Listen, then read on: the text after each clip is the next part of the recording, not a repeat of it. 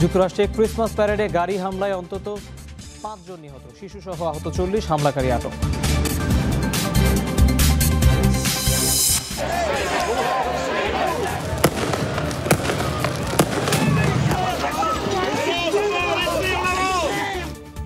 করোনার বিধি নিষেধের বিরুদ্ধে ইউরোপ জুড়ে বিক্ষোভ, বেলজিয়াম ও নেদারল্যান্ডসে সহিংসতা, আটক বহু মানুষ, অস্ট্রিয়ায় সর্বাত্মক লকডাউন।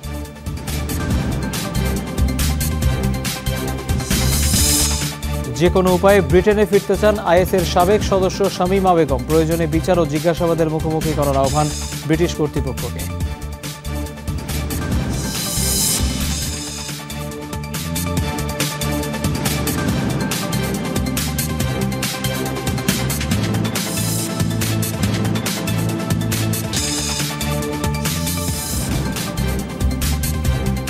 শিরোনামগুলো দেখছিলেন, পুরো খবরে যাচ্ছি।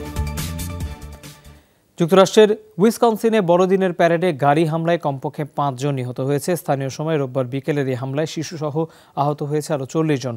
ঘটনাস্থল থেকে আটক করা হয়েছে হামলাকারীকে, তবে এটি সন্ত্রাসী হামলা কিনা সে সম্পর্কে এখনও কিছু জানাতে পারেনি বাইডেন প্রশাসন।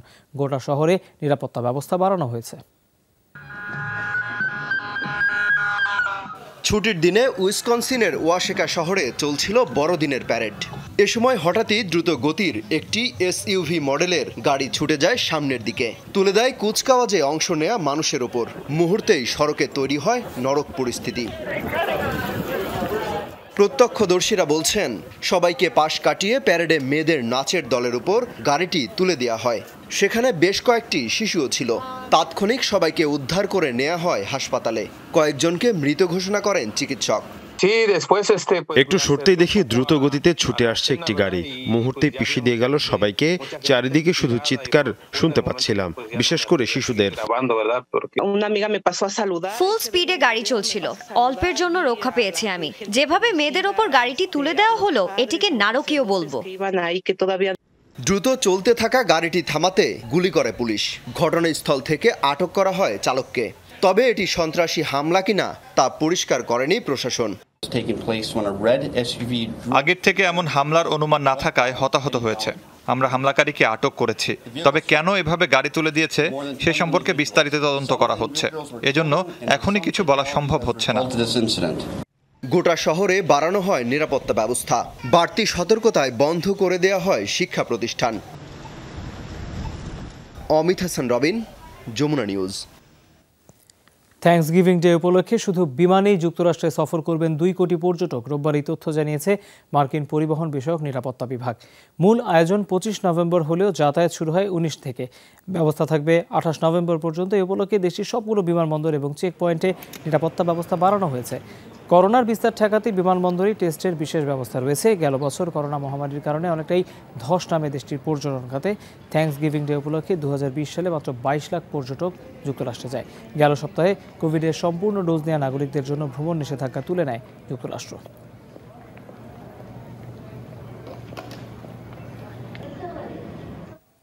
দীর্ঘ 20 মাস পর করোনা ভাইরাসে দিনে 4000-এর মানুষের মৃত্যু হলো, রেকর্ড হলো গোটা বিশ্বে।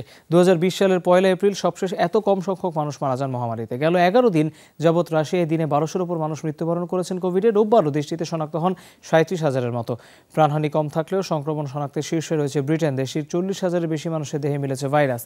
এই দিন ইউক্রেনে 377, মেক্সিকোতে 227, রোমানিয়া, তুরস্ক, ফিলিপাইনে শতাধিক মানুষের মৃত্যু লিপিবদ্ধ হয়েছে। গোটা বিশ্বে মোট প্রাণহানি 51,68,000-এর কাছাকাছি। নতুন শনাক্ত সর্বমোট শনাক্ত 26 কোটির মতো।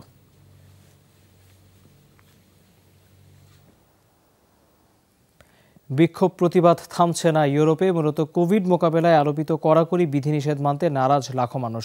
রোববারও বেলজিয়াম ও নেদারল্যান্ডসে সহিংসতা ছাড়ায় আটক হন বহু মানুষ। এরই মাঝে মধ্যরাত থেকে অস্ট্রিয়ায় সর্বাত্মক লকডাউন শুরু হয়েছে। চতুর্থবারের মতো এমন সিদ্ধান্ত নিল দেশটি। রীতিমতো রণক্ষেত্র বেলজিয়ামের রাজধানী ব্রাসেলস। রোববার ছুটির দিন থাকায় রাজপথে বেরিয়ে আসেন 35,000-এর মতো মানুষ। দাবি একটাই, করোনার ভ্যাকসিন গ্রহণ না করার ইস্যুতে করা যাবে না ভেদাভেদ। ক্ষুব্ধ বেলজিয়ানরা মানতে নারাজ সরকারের বিধিমালাও। জনস্রোত ঠেকানোর চেষ্টা করলে শুরু হয় সহিংসতা। আমরা স্বাধীনতা চাই। ইনজেকশন পুশ করতে নিশ্চয়ই কারো ভালো লাগে না। এটা অনেকটা ইচ্ছার বিরুদ্ধে কাজ করা বা কোনো মতাদর্শ লালন। ইউরোপে থেকেও আমরা সরকারের হাতের মুঠোয় বন্দী।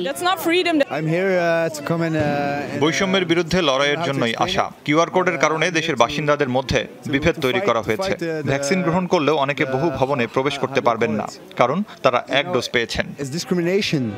নেদারল্যান্ডসে তৃতীয় দিনের মতো উত্তাপ ছড়ালো করোনা বিধিমালা অমান্যে বিক্ষোভ সমাবেশ।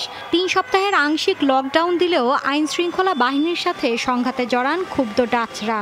তাতে পুলিশ সহ আহত হন কমপক্ষে 10 জন। ধরপাকড়ের শিকার অর্ধশতাধিক মানুষ। ডাচ ইতিহাসের এটা কালো মুহূর্ত। যারা স্বাস্থ্যসেবা গ্রহণের ব্যাপারে ভিন্নমত পোষণ করেছেন তাদের সমাজচ্যুত করছি আমরা। আমাদের অতীত কালো ইতিহাস রয়েছে, যার পুনরাবৃত্তি দেখলো নতুন প্রজন্ম। সরকারি চাপ প্রয়োগের কারণে পরিবার, বন্ধু, প্রিয়জনের মাঝে দূরত্ব তৈরি হচ্ছে। টিকা গ্রহণ করব কি করব না সেটা একান্তই আমার সিদ্ধান্ত, তাতে কেউ হস্তক্ষেপের এখতিয়ার রাখে না। ইউরোপের অন্যান্য দেশেও ক্ষোভের আগুন ছড়ায় রোববার। তবে জনগণের দাবি উপেক্ষা করে মধ্যরাত থেকে অস্ট্রিয়ায় শুরু হলো 4র্থ দফায় সর্বাত্মক লকডাউন। রাখা হয়েছে ওয়ার্ক ফ্রম হোমের মতো নির্দেশনাও। ওষুধ ও নিত্য প্রয়োজনীয় খাবার দোকান ছাড়া 12 ডিসেম্বর পর্যন্ত বন্ধ থাকবে সবকিছু। মৌলি ইসলাম, যমুনা নিউজ। ব্রিটেনে বিচারের মুখোমুখি হতে চান জঙ্গি গোষ্ঠী আইএসের সাবেক সদস্য শামীমা বেগম। বর্তমানে সিরিয়ার একটি শরণার্থী শিবিরে আশ্রয় নেওয়া এই তরুণী জানান, নাগরিকত্ব কেড়ে নেওয়া হলেও যে কোনো উপায়ে তিনি ফিরতে চান। সে কারণেই তার বিরুদ্ধে যেসব অভিযোগ আনা হয়েছে তার মুখোমুখি দাঁড়াতে চান তিনি। চিরাচরিত ধর্মীয় পোশাকের বদলে খোলামেলা পশ্চিমা পোশাকে অভ্যস্ত হয়েছেন আগেই। সিরিয়ার একটি শরণার্থী শিবিরে কোনো রকমে এখন দিন কাটছে আইএস বধূ হিসেবে পরিচিত শামীমা বেগমের। ব্রিটিশ সরকার শামীমার নাগরিকত্ব বাতিল করেছে আগেই। বারবার আবেদন করলেও তা গ্রহণ করেনি লন্ডন। এবার সাবেক আইএস সদস্য জানালেন, দেশে ফিরতে প্রয়োজনে বিচারের মুখোমুখি দাঁড়াতে চান। সন্ত্রাসী কর্মকাণ্ডে জড়িত থাকার অভিযোগ প্রত্যাখ্যান করে শামীমা বলেন, জঙ্গিবাদী আদর্শকে এখন আর সমর্থন করেন না তিনি। আমি সন্ত্রাসবাদকে সমর্থন করি না, এমনকি আমি আমার দেশ ব্রিটেনকেও কখনো ঘৃণা করিনি। কর্তৃপক্ষের উচিত আমাকে ব্রিটেনে ফিরিয়ে নিয়ে জিজ্ঞাসাবাদ করা। যত দীর্ঘ সময় নিয়ে তারা জিজ্ঞাসাবাদ করতে চায় করতে পারে, তাহলেই তারা বুঝবে যে আমি সত্যি বলছি। প্রয়োজন হলে তারা আমাকে বিচারের মুখোমুখি করুক, আমি তাতেও রাজি। ব্রিটিশ কর্তৃপক্ষ যখন আমার কথা বিশ্বাস করবে, তখন সাধারণ নাগরিকরাও আমাকে বিশ্বাস করবে। 15 বছর বয়সে আইএসে যোগ দেন শামীমা। অপরিণত বয়সের কারণেই জঙ্গিবাদে জড়িয়ে পড়ার মতো ভুল করেন বলেও জানান তিনি। নিজের কৃতকর্মের জন্য অনুতপ্ত শামীমা জানান, প্রয়োজনে কারাবরণেও রাজি তিনি। অন্যান্য টিনেজারদের মতো আমিও ওই বয়সে মানসিকভাবে খুব দুর্বল ছিলাম, ফলে খুব সহজেই আমাকে ভুল বোঝানো গেছে। কিন্তু তখন যদি পরিণত বয়সের হতাম, তাহলে কখনোই জঙ্গিদের কথায় প্রভাবিত হতাম না। আমার চিন্তাধারা এবং বিশ্বাসে পরিবর্তন এসেছে। আমি জানি আমার পরিবার কিংবা আমার সমাজ আমাকে মেনে নেবে না, তাই আমি নতুন পরিবেশের সাথে নিজেকে মানিয়ে নিয়েছি। আইএসে যোগ দেওয়ার উদ্দেশ্যে 2015 সালের ফেব্রুয়ারিতে সিরিয়ায় পাড়ি জমান শামীমা। সাথে ছিলেন তার আরও 2 বান্ধবী। এরপর সিরিয়ায় গিয়ে বিয়ে করেন ডাচ এক আইএস সদস্যকে। মীর মুশফিকা হাসান, যমুনা নিউজ। টেলিভিশন নাটকে নারীদের উপস্থিতি নিষিদ্ধ করল আফগানিস্তানের তালেবান সরকার। পাশাপাশি নারী সাংবাদিক ও উপস্থাপিকাদের বাধ্যতামূলক করা হয়েছে হিজাব। গতকাল থেকে দেশের টেলিভিশন চ্যানেলে প্রচার করা হয়েছে তালেবান সরকারের নতুন নিয়ম।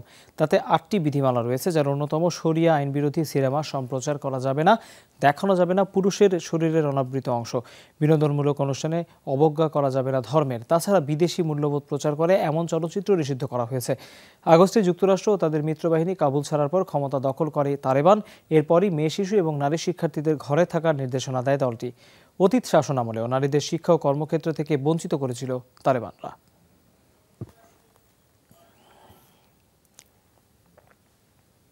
অপহৃত 17 মিশনারির মধ্যে 2 জনকে মুক্তি দিয়েছে অপহরণকারীরা। যুক্তরাষ্ট্রভিত্তিক সংস্থা ক্রিশ্চিয়ান এইড এই তথ্য জানিয়েছে। প্রায় 1 মাস আগে তাদের অপহরণ করা হয়। মুক্তি পাওয়া দুজন শারীরিকভাবে সুস্থ আছেন, তবে তাদের নাম বা পরিচয় প্রকাশ করা হয়নি।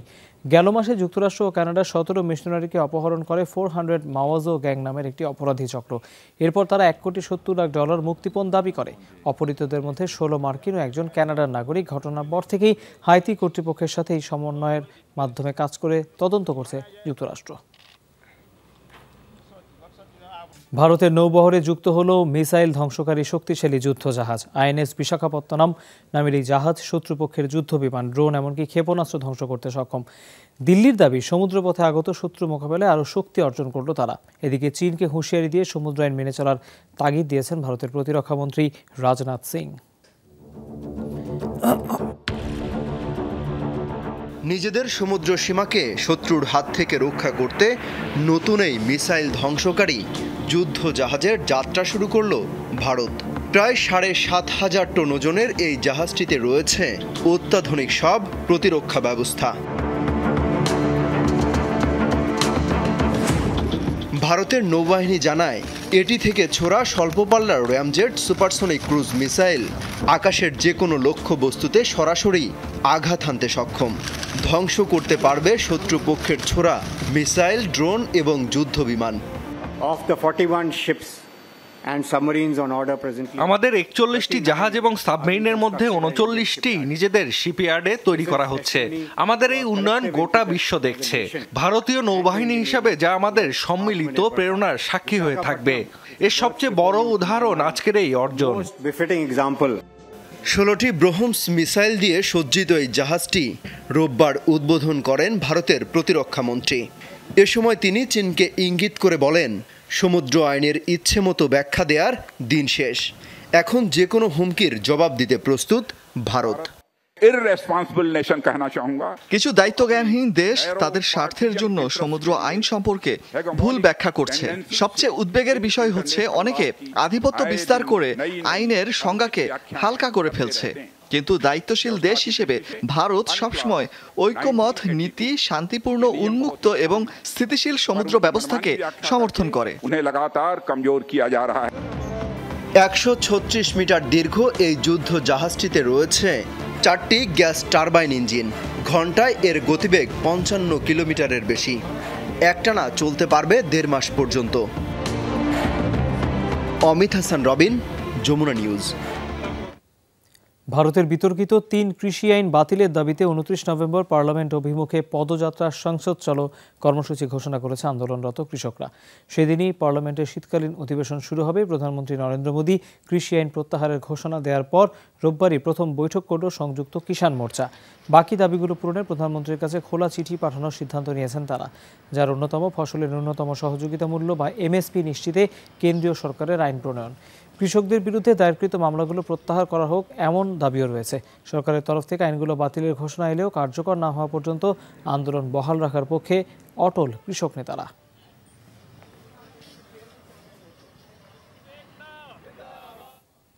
হত্যা চেষ্টার অভিযোগে গ্রেপ্তার হলেন পশ্চিমবঙ্গের ক্ষমতাসীন দল তৃণমূল কংগ্রেসের নেতা এবং চলচ্চিত্র শিল্পী সায়নী ঘোষ। রোববার তাকে জিজ্ঞাসাবাদের সময় আগরতলা থানার বাইরে উত্তেজনা ছড়ায়। তৃণমূল জানায়, সায়নীকে বাড়ি থেকে থানায় নেওয়ার পথে হামলা চালিয়েছে বিজেপির কর্মী সমর্থকরা। এছাড়া তার সাথে থাকা সুস্মিতা দেব, কুণাল ঘোষ ও সুবল ভৌমিকও হয়রানির শিকার হন।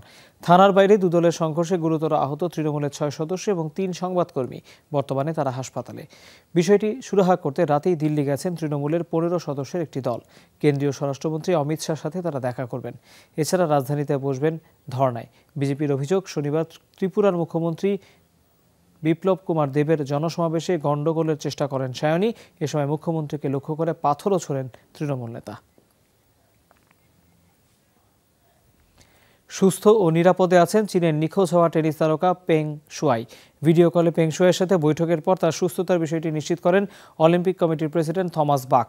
প্রায় 30 মিনিট স্থায়ী হয় বৈঠকটি। থমাস বাখ জানান, চীনা অলিম্পিক তারকার নিরাপত্তা ও সুস্থতার বিষয়টি নিয়ে সবচেয়ে বেশি উদ্বিগ্ন ছিল অলিম্পিক কমিটি। এই মুহূর্তে তিনি নিজ বাড়িতে আছেন এবং ব্যক্তিগত গোপনীয়তা রক্ষাকেই গুরুত্ব দিচ্ছেন। এর আগে বেইজিংয়ের একটি টেনিস টুর্নামেন্টে অতিথি হিসেবে উপস্থিত হন পেং শুয়াই। চীনের এক ঊর্ধ্বতন মন্ত্রীর বিরুদ্ধে যৌন হয়রানির অভিযোগ তোলার পর প্রায় 3 সপ্তাহ ধরে প্রকাশ্যে পেং শুয়াইকে দেখা যায়নি।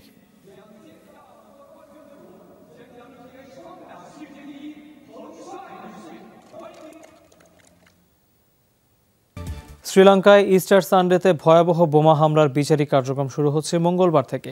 দেশটির সর্বোচ্চ আদালতে চলবে এর বিচার কাজ। 2019 সালের 21 এপ্রিল দেশটির রাজধানী কলম্বো ও পাশের শহর নেগম্বোতে 3 গির্জা ও 3 হোটেলে আত্মঘাতী বোমা হামলা চালানো হয়। এতে প্রাণ যায় বিদেশি নাগরিক সহ 279 জনের। গোটা দেশে জারি করা হয় জরুরি অবস্থা, মোতায়েন করা হয় সেনাবাহিনী। দাঙ্গার শঙ্কায় নিরাপত্তা বাড়ানো হয় মুসলিম কমিউনিটিতে। যদিও হামলার 17 দিন আগেই ভারতীয় গোয়েন্দারা সতর্ক করে লঙ্কান প্রশাসনকে, তবে বিষয়টি আমলে নেয়নি দেশটির তৎকালীন সরকার। পরবর্তীতে হামলার দায় স্বীকার করে জঙ্গি গোষ্ঠী আইএস।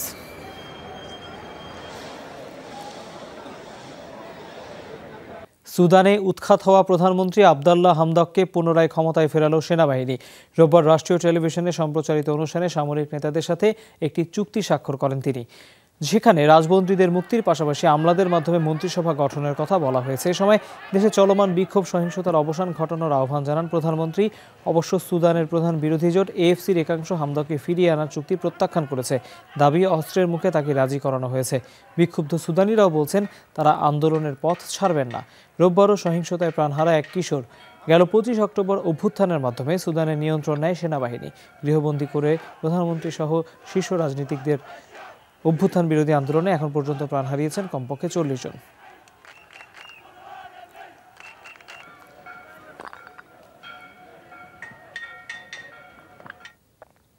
স্পেনের উপকূল থেকে শতাধিক অভিবাসন প্রত্যাশীকে উদ্ধার করেছে দেশটির কোস্ট গার্ড। স্থানীয় সময় রোববার রাতে গ্র্যান্ড ক্যানারিয়া এলাকা থেকে তাদের আটক করা হয়। কর্তৃপক্ষ জানায় 3টি নৌকা থেকে এসব শরণার্থীদের উদ্ধার করা হয়েছে। এর মধ্যে 7 জন নারী। উদ্ধার করার পর এসব অভিবাসন প্রত্যাশীদের স্বাস্থ্য পরীক্ষার জন্য নেওয়া হয়েছে। সেখান থেকে তাদের রাখা হবে ডিটেনশন সেন্টারে। উদ্ধারকৃতদের নিজ দেশে ফেরত পাঠানো হবে কিনা সেই বিষয়ে এখনো কিছুই জানায়নি কর্তৃপক্ষ।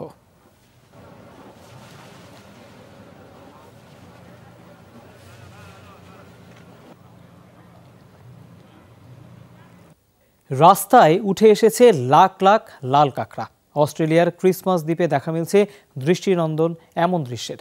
ভারত মহাসাগরের পারে ডিম পারবে কাঁকড়াগুলো মূলত এই কারণেই জঙ্গল ছেড়ে দল বেঁধে সাগরে ছুটে যাচ্ছে তারা। প্রতি বছর অক্টোবর থেকে নভেম্বর এর মাঝেই সময়টিতে দেখা যায় এমন দৃশ্য।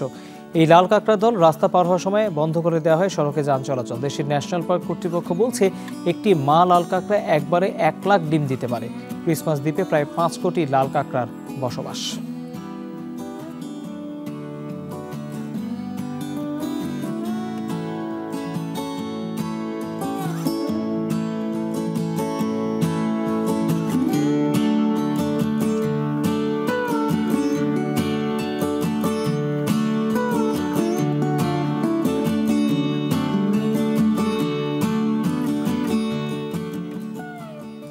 ক্রিসমাস উপলক্ষে আলোক উৎসব শুরু হয়েছে প্যারিসের ঐতিহ্যবাহী সড়ক শাম এলিসিতে। প্যারিসের মেয়র এবং ফরাসি পপ তারকা ক্লারা লুইজিয়ানি উদ্বোধন করেন এই আলোক উৎসবের।